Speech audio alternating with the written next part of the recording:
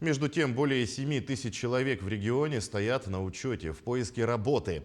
Это намного меньше по сравнению с аналогичным периодом прошлого года. На сегодня стоит задача не только снизить безработицу, но и сохранить рабочие места трудящихся. Так, более 150 человек могут остаться без работы в 13 организациях. В прошлом году в это же время 35 предприятий планировали уволить более 600 человек. Ситуацию могут усугубить западные санкции. В связи с этим правительство Якутии разрабатывает межведомственный план сохранения рабочих мест. Такой план был реализован в прошлом году для восстановления численности после пандемии. Так что механизмы отработанные есть.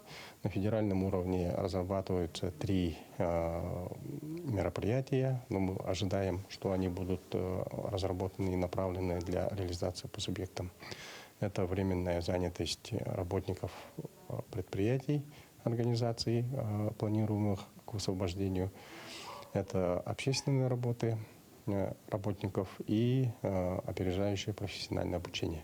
В настоящее время, по данным Сахастата, занятыми являются 464,8 тысяч человек. Уровень безработицы составляет 7,2%. И вот эти показатели мы должны сохранить к концу года.